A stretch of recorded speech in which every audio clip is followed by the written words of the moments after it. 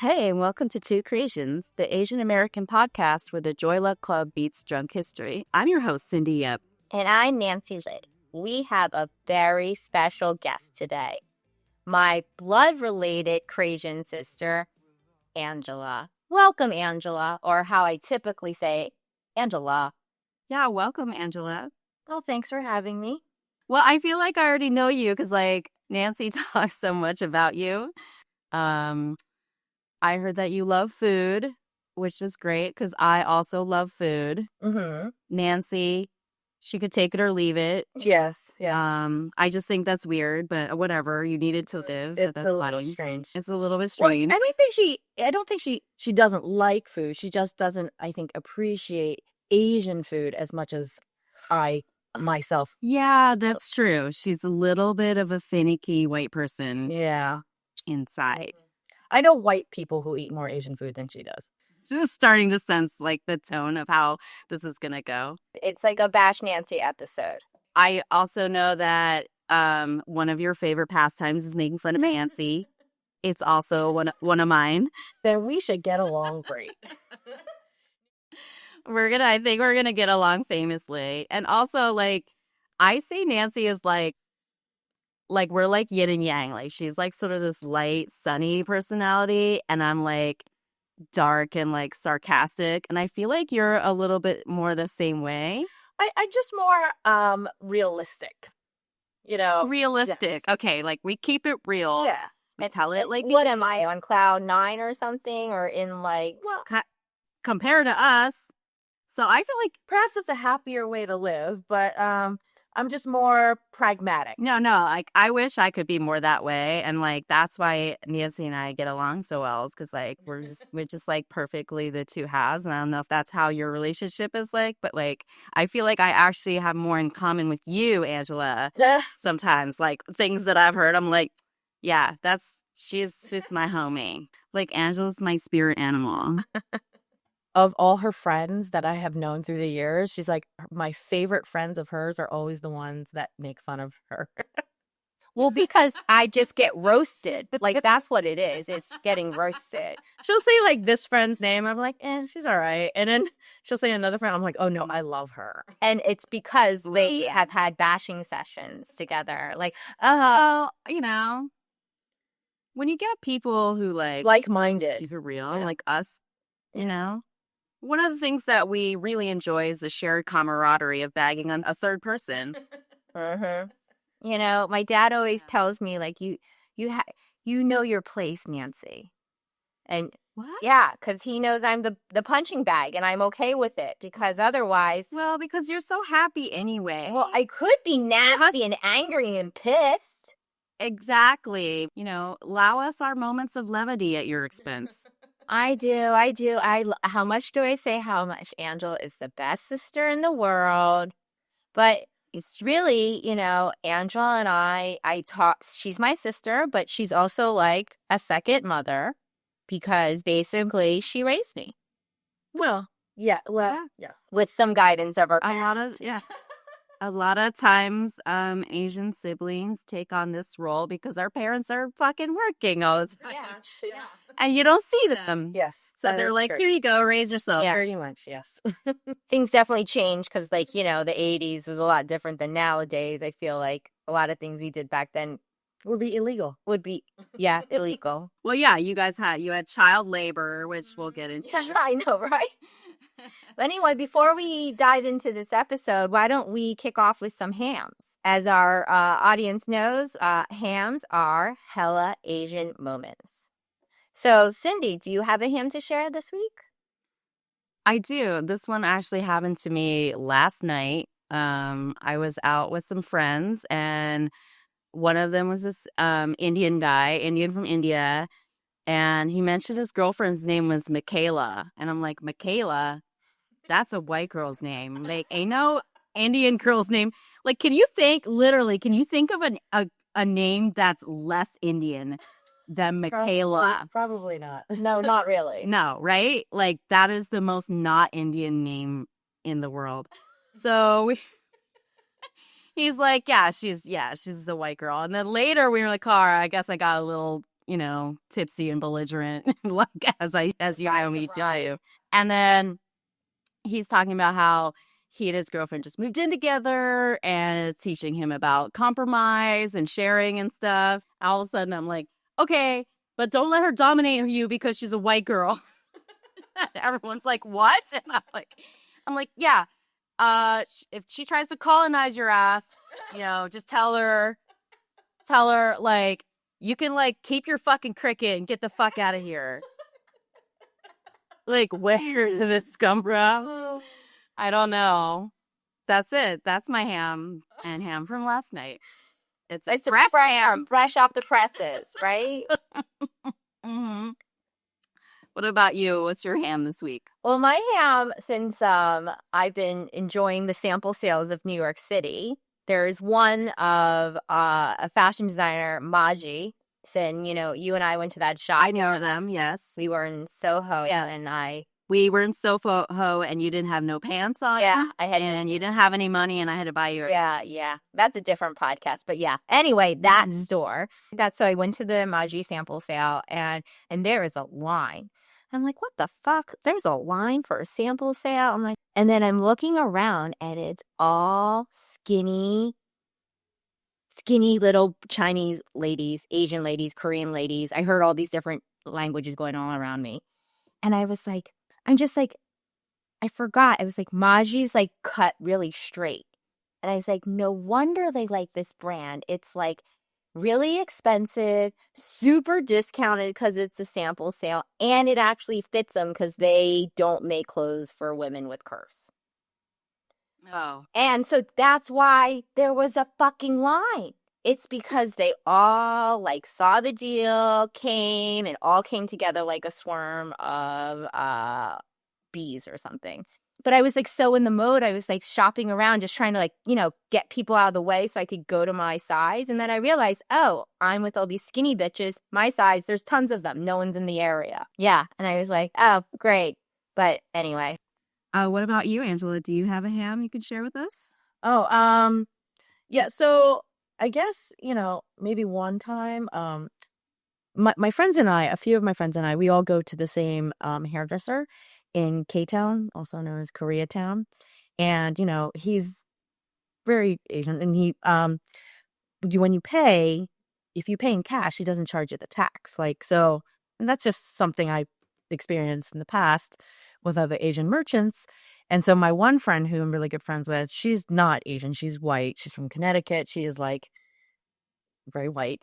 And for like years, we've been going to this person. And like a few years ago, she was like, did you know that I don't have to pay the tax if I pay in cash? And I looked at her and went, yeah, you didn't know that? She's like, oh no, that's like the first time I've ever heard it. And then she was saying it to me and one of my other friends. And we just looked at her and we're like, oh, she's so white. Oh, was your friend Asian? Indian. But he knew. Like, he's like, yeah, he was on the know. He was on the know. Yeah. So, but it's just very cute how that happened. Anyway, we're going to kick it off and start at the beginning. Clearly, Angela has been in my life forever. Yes. But because she's your older sister. She's my older sister, Angela. And by how many years? 5 years. 5 years. I do remember. Well, I remember when she came home. Tell us about when she came home for the first time. How'd you feel? I swear, I still to this day, I just don't, I don't remember my mom pregnant. I remember, because I think I would have remembered. I was 5, so I think I would have remembered mom pregnant, but I don't. I think you've blocked it out. Well, I don't remember it. They didn't explain to you like you're gonna get a sister. Sure. I mean, mom and dad. Mom is not gonna go take care of That's someone true. else's. That's true. That's the only thing I think goes against my theory of the me being adopted is because my mother hates children. So okay, wait. Wait, hold on. There's a theory that Nancy was adopted. Let's go back to this. It's Angela. It's my theory. Let's be. I'll be clear. I'll be transparent about it. And if this theory is based on the fact because you don't remember my mom pregnant, your mom being pregnant. No. And again, what do I always say? I love you just the same. I mean, it doesn't make a difference to me. So, but I just came home. That is a backhanded compliment. So I just remember coming home and mom was at the kitchen table. I remember she had a hospital bracelet on, but you can get those anyway. But and then Like she would fake that. and then she's like, "Oh, your little sister's here. She's on the couch in the family room. Go see her, but just don't like touch her head." And I was like, "All right." And I remember just going to the couch, looking at this thing, going, "What is this? I didn't ask for this." Like, I didn't ask for like was it like my world was perfect? pretty much, you know that. Now it's different. It's you didn't have to. I didn't have to share anything. I mean, all the attention was on me and stuff. So it was quite an adjustment for me, I have to say. Oh no, what you have left out of the story is mom told you not to touch my head. Oh, right. And so while I was meeting Nancy and she was on this couch, I started like smacking her head. And then my friend was like, "Oh, your mom told you not to do that." And I was like, I just remember saying, "But why?" Like, why should Oh my God. So, I mean, I don't think mom knew. It's like, don't worry about it. Why? Don't smack the baby in the head. Yeah. Well, so I literally just came home. yeah, you just came home. So like my skull was not She was like even soft brain. growing. Yeah. I didn't know that. And they wonder why I'm not the smart one. You're smart. I work hard. You work hard and you're smart. Oh, Okay. now I get the smart one. That's a new thing.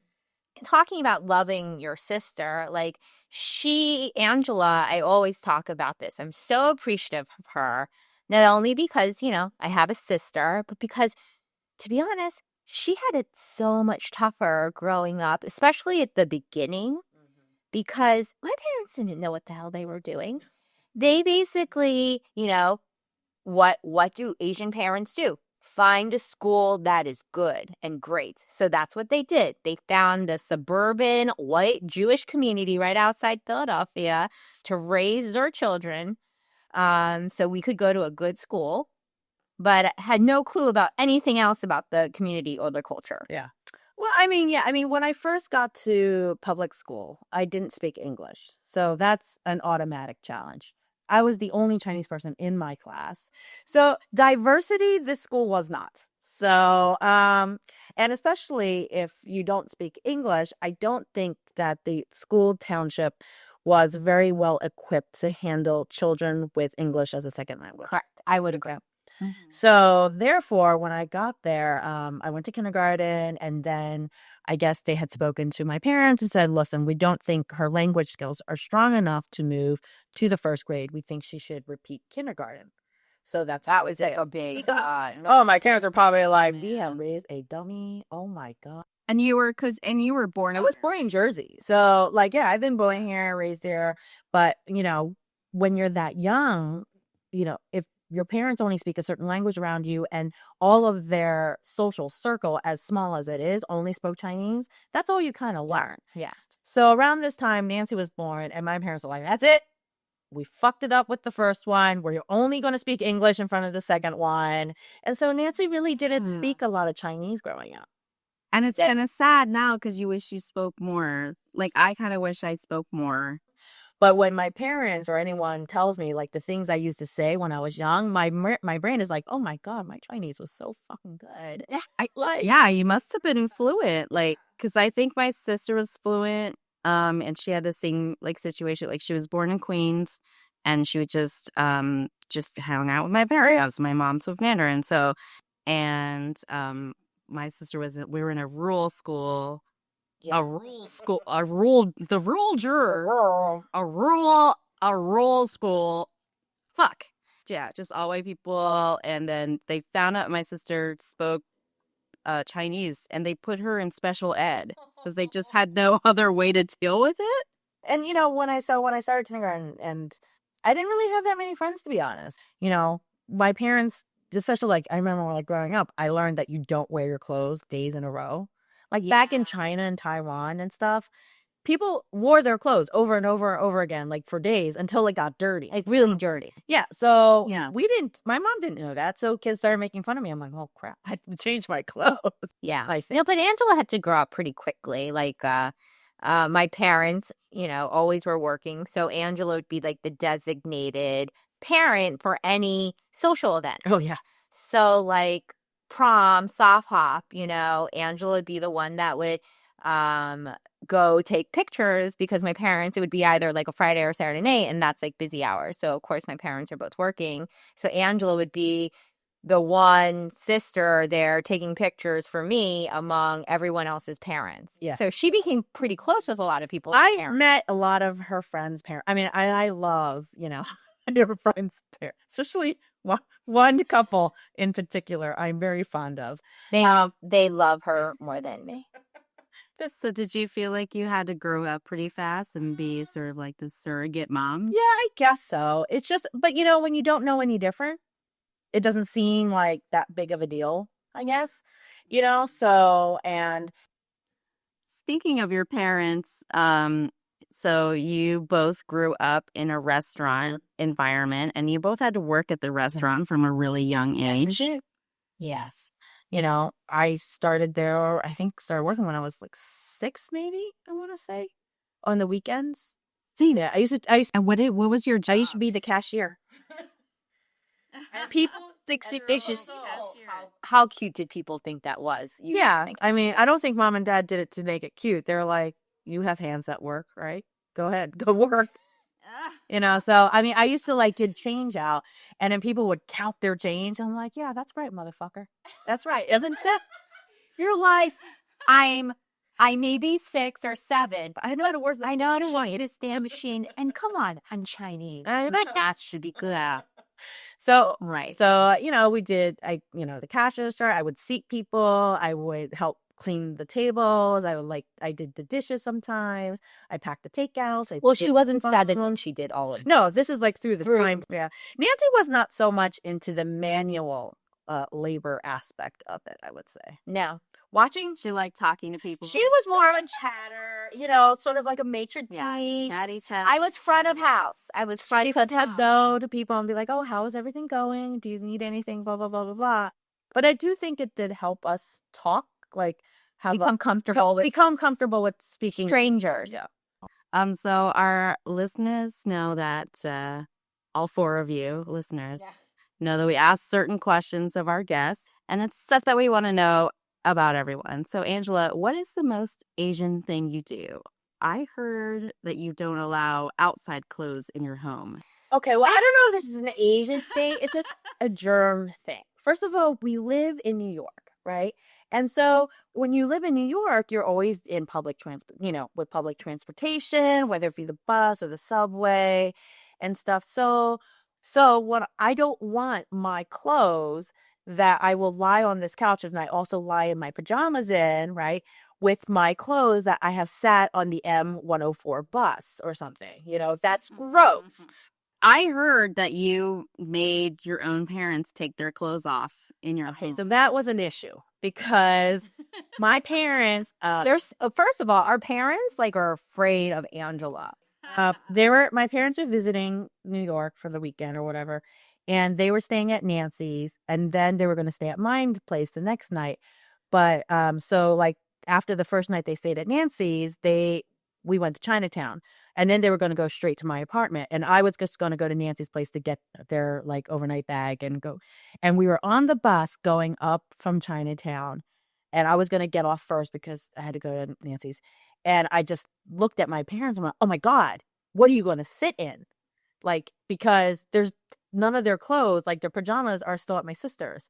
And I looked at my dad. I was like, I motioned to like my leg, like the pants, and was like, what? And then he like looked at me like, oh my God.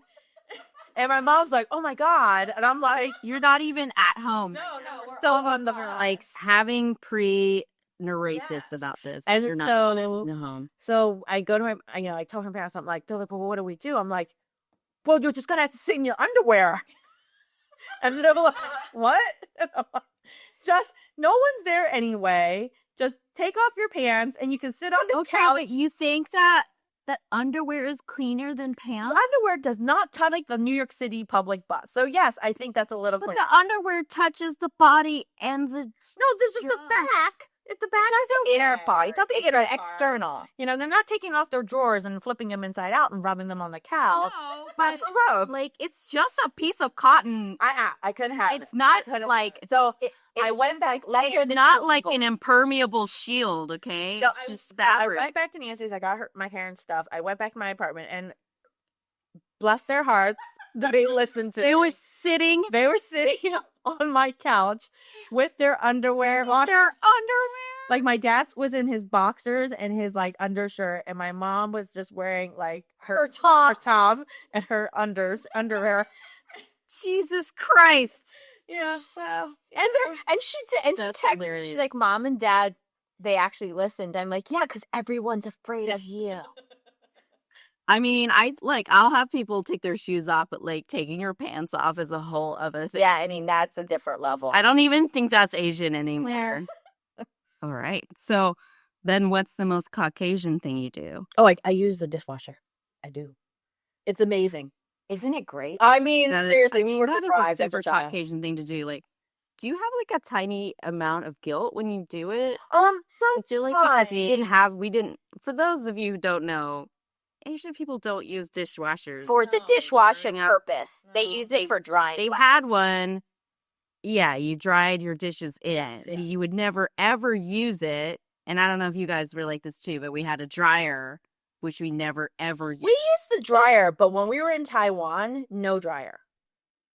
So Then it's all crunchy. Your clothes are crunchy. Yeah, You know, crunchy ass. you know. I'm just Everything's like, crunchy. where is the best Towels, like you can't fold them. No, I mean when you wipe your face with like the towel and it's been air dried, I feel like I'm giving my face like 1,000 cuts because it's so crunchy. Yeah. And what would you tell your teenage self if you could talk to yourself that age? And I don't think this is like Asian specific. I think it's just teenage growing up specific. It's just be comfortable who you are. Who cares what other people say? I mean, it's easier said than done. But, you know, I wish I didn't care as much as to what people thought of me. Mm-hmm. You know, I think that's something that like a lot of people think now, and I wish we had known that growing up. You know, especially, Yeah. can you imagine growing up nowadays with the amount of social media? No. No, thank God. Like the internet wasn't invented until like I was in college, I think. So luckily it wasn't an issue for us. But to have that, like what kids have to go through, like because usually if you were teased or whatever, you had like a start and an end time, right? There was the times at school and that was it. And then when you got home, you could live your life. But with social media, I think that stuff can follow you all over the place. Like you can never let it be like, you know, it be ending. Yeah, and I think even like as an adult, like I think that's a good lesson to be more comfortable and not care what, because we do sometimes still think about what people care, what people think about us. Of course. Yeah. You know, and social media doesn't help. You know, that really is. So I think that's still an important lesson for us. That's what I think. The more you know. The more, it's like the NBC. The more you know. So since this episode is about sisters, and Nancy is my Croatian sisters, I want to hear more about what it was growing up with Nancy. Is there anything that you would fight about? We fought a lot, I would say. Did you? Yeah, we did. We really did. We both have a penchant for physical, for the physical. Physical fights? I love this dredging up the past. You'll love this story about how bad our fights were. It was, I admit, it was Christmas. Fine. She wanted to go Christmas Eve. It was Christmas Eve, and she wanted to go to her friend, her friend's church for a Christmas Eve service. And I was like, no, I want the car because I don't know, I might need it later. She goes, but I want to go to church. I'm like, that's too bad. Have someone else pick you up. And then we just fought and fought and fought. And finally, she's like, I don't care. I'm going. She grabbed the keys. I'm like, no, you're not. And we're running out of the house. She gets into the driver's seat, puts the car. I'm like, you are not fucking moving this car. I jump on the hood of the car, right? And the bitch drives off with me on top of it. Jesus Christ. I remember I had to hold my fingers in to where the windshield wipers were. I mean, granted, she wasn't going fast. It was like 5 miles per hour down our neighborhood street. But I was like, you fucking bitch. The best is she literally is looking at me through the windshield like, what the fuck? Like, you're really moving with me? I'm like, yeah, get off the fucking car. I'm going to keep moving. She's like, you are? I'm like, yeah, watch me. She's like, fine. And then she like gets off. And then I had to walk home. Yeah, then she, Oh, shit. You know? God damn I was it. like, Well, we've done quite a bit of Nancy bashing today. yeah. But why don't we switch it up and talk about what you love about Nancy? Oh, well, she's my sister. And I know she loves me very much. She's very concerned about how I am. And, you know, so of course I love her. Yeah. Yeah. We're just extremely different people. It's a wonder we're from the same parents. I mean, I know like she talks all the time how much she loves you and cares about you. And, you know, even though you do have these differences, I can tell you guys do really have a cute relationship. And it's really sweet how much you love each other. She's my sister. Aw. Yeah. And I couldn't have, and I couldn't imagine my life without her, to be honest. I mean, I may have more memory, and I could be a little smarter if someone didn't bash my head in when I was just... Someone hadn't. Yeah. Apologize for that. I know I was wrong. Okay. Well, thanks, Angela, so much for joining us today. Oh, thanks for having We me. really appreciate it. I think we learned many things. One, Nancy was harmed on the head as a child. So it can explain a lot. This explains a lot. We learned that, you know, pants that have been outside are not acceptable in Angela's home. Mm-hmm. We learned that. What else did we learn? We learned that Angela and I are just very different people, but we accept each other for our differences and still love each other. Mm-hmm. And we're related by blood, so she can't get rid of me. You know, I think you should just go ahead and do a DNA test and just put this shit to rest. I've always wanted to do that 23andMe thing.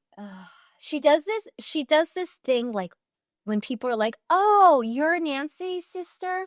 I see it, and she's like, "What the fuck?" I don't think we look alike at all, though. She gets so offended when people think we look alike. She's like, "No, we don't." And Well, you don't really look. Thank alike. you. Like people like to say that about sisters. Me and my sister have been hearing this forever, and we really don't I look don't think alike. we look alike at all. you get like a little offended. I'm not offended. I'm just saying we just don't. Yeah. I don't know if you need to take it to the level of like, Jesus Christ, no, I don't look like that swamp monster. You know? Yeah. You're both very beautiful in different ways. When people are like, "Oh, you're Angela," oh, I see it. I'm like, we're just very different. I'm like, no, we're not. You don't look alike. That's what she does. But it's whatever. Well, I want to say thank you too, Angela. I know putting yourself out there in this podcast world that you don't really understand anyway.